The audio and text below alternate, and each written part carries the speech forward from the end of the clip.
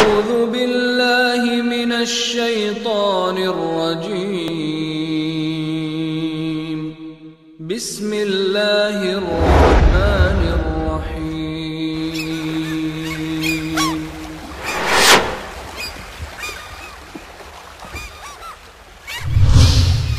كنتم خير أمة أخرجت للناس تأمرون بالمعروف وتنهون عن المنكر وتؤمنون بالله.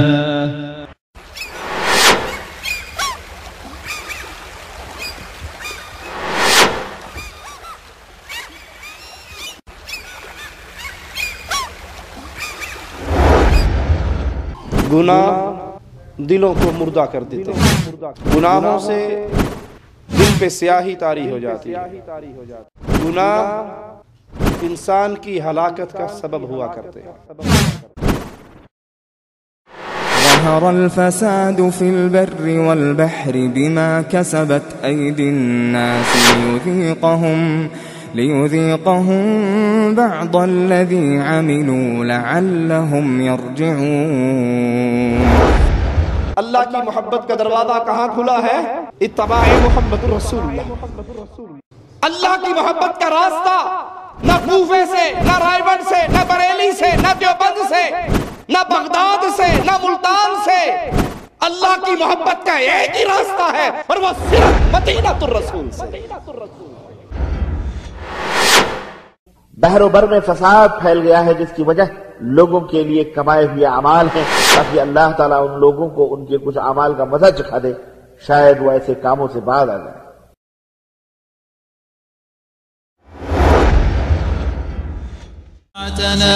وأعلينا به الشانا فلم نظلم ولم نغدر ولم نستعل طغيانا نهلنا منه شرعتنا وأعلينا به الشانا وبركاته. إن الحمد لله نحمده ونصلي على رسوله الكريم. اعوذ باللہ من الشیطان الرجیم. بسم اللہ الرحمن الرحیم. ظہر الفساد فی البر والبحر بما کسبت ایدی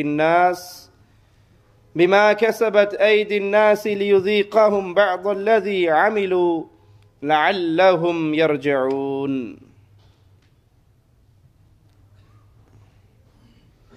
گناہ دلوں کو مردہ کر دیتے ہیں، گناہوں سے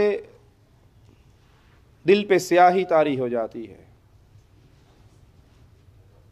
گناہ انسان کی ہلاکت کا سبب ہوا کرتے ہیں۔ گناہ کہتے کسے ہیں؟ گناہ کی تعریف آئیے رسول اللہ صلی اللہ علیہ وسلم کے پیارے فرمان سے سنتے ہیں۔ صحیح مسلم میں رسول اللہ صلی اللہ علیہ وسلم کا یہ فرمان موجود ہے۔ اللہ کے پیارے حبیب علیہ الصلاۃ والسلام فرماتے ہیں، الاسم ما حاک فی صدرک، گناہ وہ ہے جو آپ کے دل کے اندر کھٹکے۔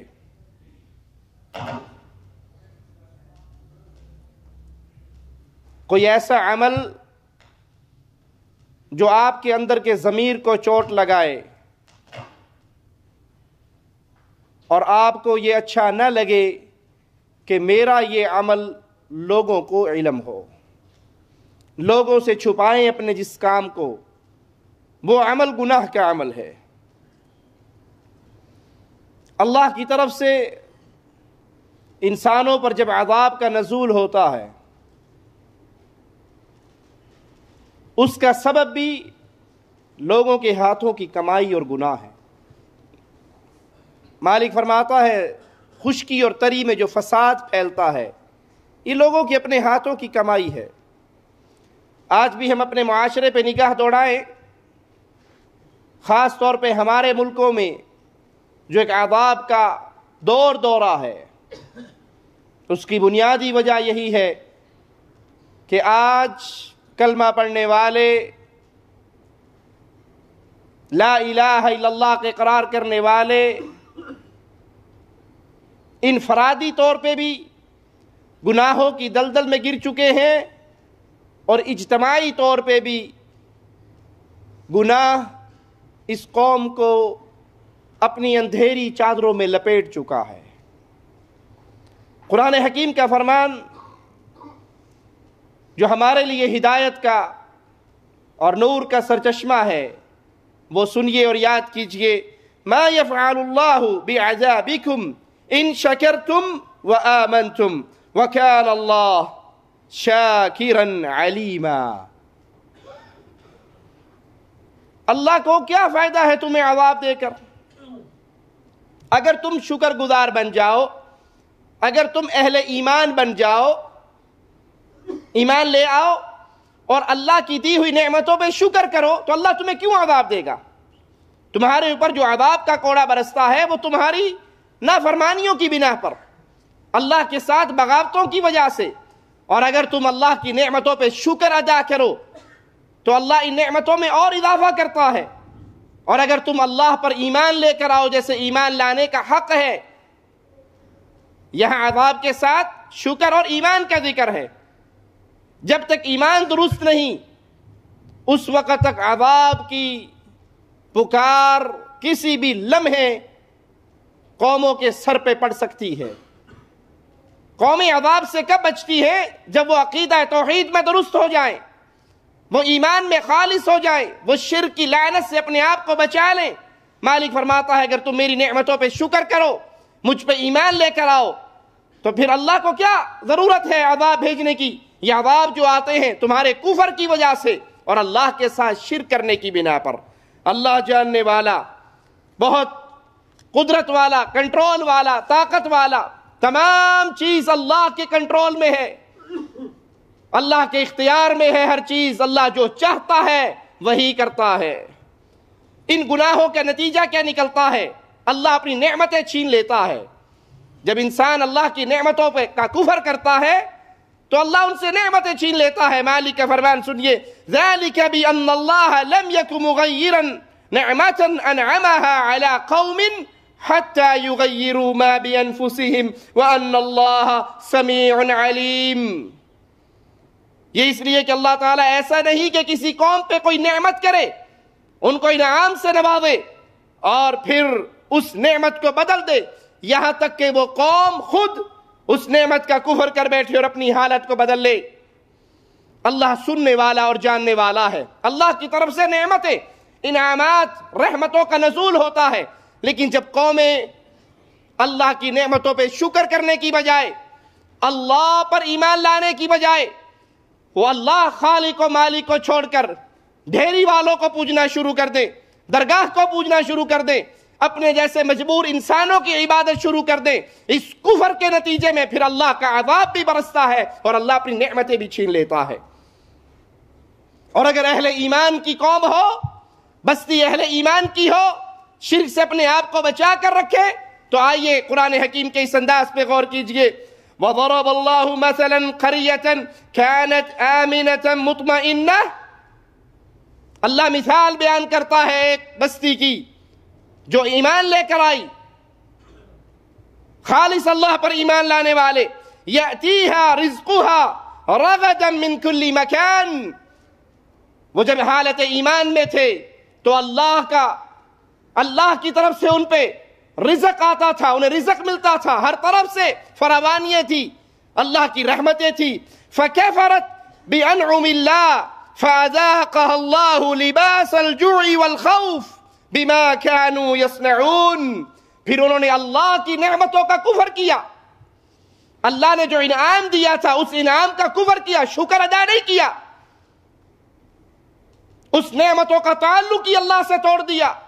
بارش اللہ کی رحمت اور اللہ کی نعمت ہے، قوم والے اگر کہنے شروع کر دیں یہ بارش تو فلاں بابے جی کی نظر دی تھی اس لیے برسی ہے،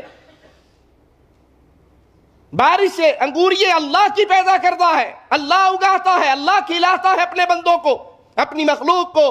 اور اگر قوم ان سارے رزق کے خزانوں کا رشتہ اللہ سے توڑ کر مردوں کے ساتھ جوڑ دے کہ فلاں بابا وہ داتا ہے اور فلاں غریب نواز ہے، فلاں بندہ نواز ہے، یہ ان حضرتوں کی بنا پر ہوتی ہے، جب اللہ کی نعمتوں کا کفر کیا جائے تو پھر اللہ مالک ان سے کیا سلوک کرتا ہے؟ فَأَذَاقَهَا اللَّهُ لِبَاسَ الْجُوعِ وَالْخَوْفِ، تو اللہ بھوک اور خوف کا لباس ایسی قوم کو پہنا دیتا ہے۔ کسی پہ طنز کرنا مقصود نہیں، نہ کسی کو چھیڑنا مقصود ہے، اپنے حالت کی اصلاح کی دعوت دیتا ہوں۔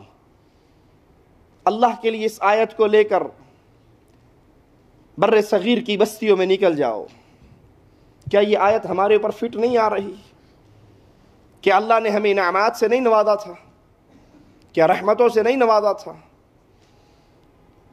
پھر اس اللہ کی دی ہوئی نعمتوں اور رحمتوں پر شکر کرنے کی بجائے، مزید اللہ کی عبادت کی طرف رجوع کرنے کی بجائے، قوموں نے درگاہیں بنا لی، دربار بنا لیے، مردوں کو پوجنا شروع کر دیا، شرک اکبر کے جرم میں ملوث ہو گئی، کہیں ننگوں کی پوجا، کہیں جانوروں کی پوجا، کہیں بتوں کی پوجا، کہیں ڈھیریوں کی پوجا، کہیں گھوڑے کی پوجا۔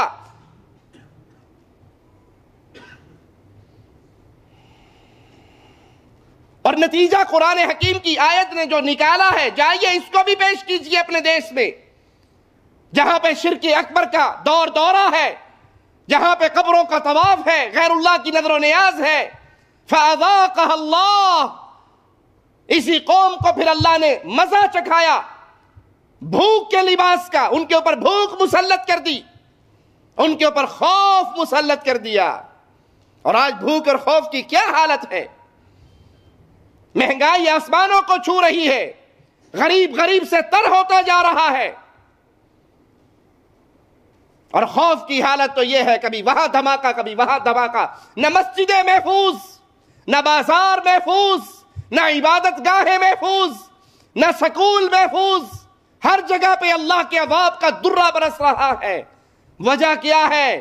اللہ نے رحمتیں کی تھی، اللہ نے نعمتیں کی تھی، ان نعمتوں کا کفر کیا، اللہ سے رشتے توڑے، مردوں سے رشتے جوڑے، اللہ داتا کو چھوڑ کر مردوں کو داتا کہا گیا، اللہ خالق و مالک اور رازق کی عبادت کی بجائے اپنی پیشانیوں کو مجبور انسانوں کے قدموں کے اندر رکھا گیا۔